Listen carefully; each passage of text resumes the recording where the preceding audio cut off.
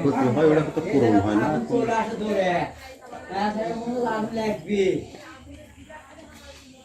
কোন যাত্রা শুরু হয়েছিল, কোন ঘর থেকে?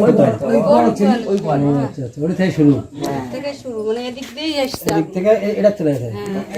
এই তো পুরতে পুরতে চলে গেছে ভিতর মুজা ইয়া পুরে গেছে এমনি উইয়া পুরে গেছে খালি টিপস খাদত খাড়া হয়ে আছে।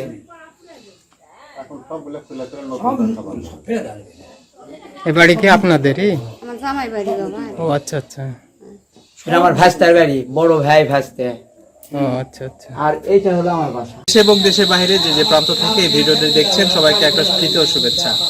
প্রিয় দর্শক, আজ থেকে প্রায় 15 দিন আগে 25শে সেপ্টেম্বর নওগাঁর মান্দা উপজেলায় 14 নং বিষ্ণুপুর ইউনিয়নধীন দক্ষিণ চক্রামপুরে কার্তিক কাকার বাড়িতে ভয়াবহ অগ্নিকাণ্ডে কিন্তু তার বাড়ি একেবারে চোখের নিমিষেই পুড়ে ছাই হয়ে গেছে। এরকম চিত্র আপনারা দেখেছেন বিভিন্ন সামাজিক যোগাযোগ মাধ্যম এবং নিউজ পোর্টালে সংবাদটি প্রচার হয়েছে। এই সংবাদটি প্রচার হওয়ার পরে এই উপজেলায় কর্মরত বা এই উপজেলায় অবস্থানরত বিভিন্ন রাজনৈতিক, সামাজিক এবং বিভিন্ন শ্রেণী পেশার মানুষ কিন্তু এই কার্তিক কাকার বাড়ির পাশে এসে দাঁড়িয়েছে। তার যে পোড়া বাড়িটি, সেই বাড়িটি মেরামতের জন্য সহযোগিতার হাত বাড়িয়ে দিয়েছে। তারই ধারাবাহিকতায় প্রবাসীদের অর্থে নির্মিত, প্রবাসীদের ঘাম ঝরানো টাকা দিয়ে নির্মিত একটি স্বেচ্ছাসেবী অরাজনৈতিক ফাউন্ডেশন প্রবাসী হেল্পফুল ফজল ফাউন্ডেশন, তার ধারাবাহিকতায় আজকে এই পোড়া বাড়িটিতে এসেছে মানবিক এবং মানুষ ও মানবতার দিক থেকে তাদের সার্বিক সহযোগিতা করার জন্য। আপনারা দেখতে পাচ্ছেন আমার পিছনে এই ফাউন্ডেশনের কর্মরত উপদেষ্টা এবং ফাউন্ডেশনের সকল পর্যায়ের নেতৃত্ববৃন্দ রয়েছে। এই সাইডে রয়েছে এই অগ্নিকাণ্ডে ক্ষতিগ্রস্ত যে পরিবারটি, সেই পরিবারটি আমার পিছনে দেখতে পাচ্ছেন এই সাইডে রয়েছে। আমরা আসলে শুনতে চাইবো এই ফাউন্ডেশনের যিনি উপদেষ্টা রয়েছে, প্রবাসী হেল্পফুল ফজল ফাউন্ডেশনের যিনি উপদেষ্টা রয়েছে, তার কাছে শুনতে চাইবো আসলে কি উদ্দেশ্যে এবং কি জন্য আজকে এই কার্তিক কাকার বাড়িতে এসেছেন, একটু বলবেন।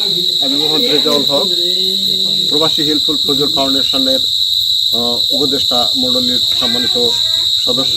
আমাদের মুখ্য উদ্দেশ্য হচ্ছে সবসময় অসহায়, দরিদ্র এবং নিপীড়িত মানুষের পাশে এবং দুর্যোগপ্রবণ এলাকায় দুর্যোগের ঘনঘটা যেখানে আমরা আমাদের প্রবাসী হেল্পফুল ফজল ফাউন্ডেশন সেখানে সার্বিক সহযোগিতা করার জন্য ওতপ্রোতভাবে জড়িত এবং আমরা ঝাঁপিয়ে পড়ি সেই জায়গাতে।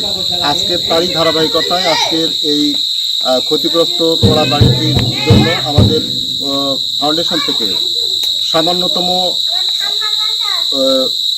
কিছু উপহার বলা হোক অথবা তাদের সাহায্যার্থে উপকরণ হিসাবে যে পাথর বা রসদ দরকার আমরা নিয়ে এসেছি। তার পরিমাণ হয়তো 2 বান টিন এবং 4 ফদ্দ মটকা নিয়ে এসেছি। এটা নিয়ে সন্তুষ্ট থাকতে হবে ক্ষতিগ্রস্তদের। পাশাপাশি আমরা সব সময় থাকছি এবং থাকবো। এর পরবর্তীতে আর যে সমস্যাগুলো আছে, মেজর সমস্যাগুলো থাকবে, সেগুলো আমরা সলভ করার চেষ্টা করব। আপনাদের একটু জানিয়ে রাখতে চাই, অগ্নিকাণ্ডে যে ক্ষতিগ্রস্ত পরিবার, এই পরিবারের আর্থিক যে ক্ষতির পরিমাণটা, সেই ক্ষতির পরিমাণ প্রায় 10 থেকে 15 লক্ষ টাকা। সামাজিক, রাজনৈতিক বিভিন্ন স্বেচ্ছাসেবী সংগঠন তাদের পাশে এসে দাঁড়িয়েছে। হয়তোবা এই সামান্য সাহায্যটুকু সেই ক্ষতির কিছুই নয়, তারপরেও তারা চেষ্টা করছে এই অগ্নিকাণ্ডে ক্ষতিগ্রস্ত পরিবারের পাশে দাঁড়ানোর জন্য। আমরা এই মুহূর্তে একজনের সাথে কথা বলবো, তিনি সৌদি আরব প্রবাসী এবং এই প্রবাসী হেল্পফুল ফজল ফাউন্ডেশনের সাথে জড়িত রয়েছে। তার সাথে একটু কথা বলবো। আসলে দেশে এসে এরকম মানবিক কাজ করতে কেমন লাগছে একটু জানাবেন। আলহামদুলিল্লাহ, খুব ভালো লাগছে। আমরা প্রবাসী হেল্পফুল ফজল ফাউন্ডেশন থেকে এসেছি। আমরা সব প্রবাসে থাকি। আমরা খুব কষ্টের টাকা দিয়ে আমরা জমায় কিছু গরিব দুঃখী অসহায় মানুষকে দেওয়ার চেষ্টা করি। তারই ধারাবাহিকতায় এখানে এসেছি আমরা কিছু নিয়ে দিতে। আমরা চাবো সকল প্রবাসী ভাই বোনদের জন্য আপনারা দোয়া করবেন। বিশেষ করে প্রবাসী হেল্পফুল ফজল ফাউন্ডেশনের সকল সদস্য, তাদের আত্মীয় স্বজন, বাবা মা, সবার জন্য দোয়া করবেন। এইটুকুই আমাদের কাম্য। আমরা তাদের কাছে দোয়া চাই। ভবিষ্যতে যেন আমরা আরও এই ধরনের কিছু করতে পারি, এই দোয়াটুকুই করবেন। ধন্যবাদ। জি, ধন্যবাদ আপনাকে। আমরা অনেক সময় হয়ে গেল, বিভিন্ন রাজনৈতিক স্বেচ্ছাসেবী সংগঠন এসে আপনাদের সার্বিক সহযোগিতা করছে। তো তারই ধারাবাহিকতা আজকে প্রবাসী হেল্পফুল ফজল ফাউন্ডেশন, মানে এটি অরাজনৈতিক প্রবাসে যারা থাকে তাদের মাস শেষে 10-5 টাকা জড়ো করে একটা ফাউন্ডেশন তৈরি করেছে। সেখান থেকে গরিব, অসহায়, দুস্থ, নিপীড়িত মানুষের পাশে দাঁড়ায়। তারা সহযোগিতা নিয়েছে, কেমন লাগছে একটু বলবেন। আমাদের খুবই ভালো লাগছে। এই প্রবাসী ভাইদের আমাদের পাশে এসে দাঁড়াচ্ছেন। তিনারা আরও গরিব দুঃখী মানুষের পাশে দাঁড়ান।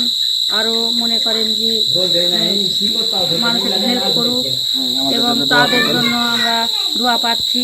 তারা আমাদের পাশেও, আমরা মনে করেন বাড়ি ঘর পুরে সরকার হয়ে গেছে, আমাদের পাশে আসে দাঁড়াতেন, তার কাছে আমরা কি করবো।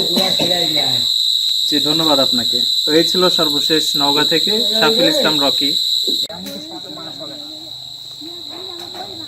দুই সাইডে আসেন আপনারা, দুইজন দুই সাইডে আসেন আপনারা। ঘুরে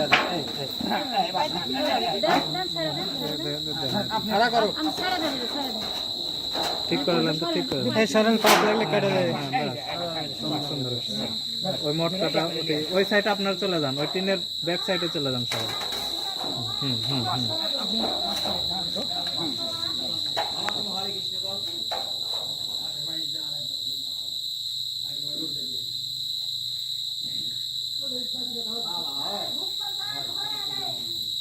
যান, আপনিও যান, আপনি একটু যান।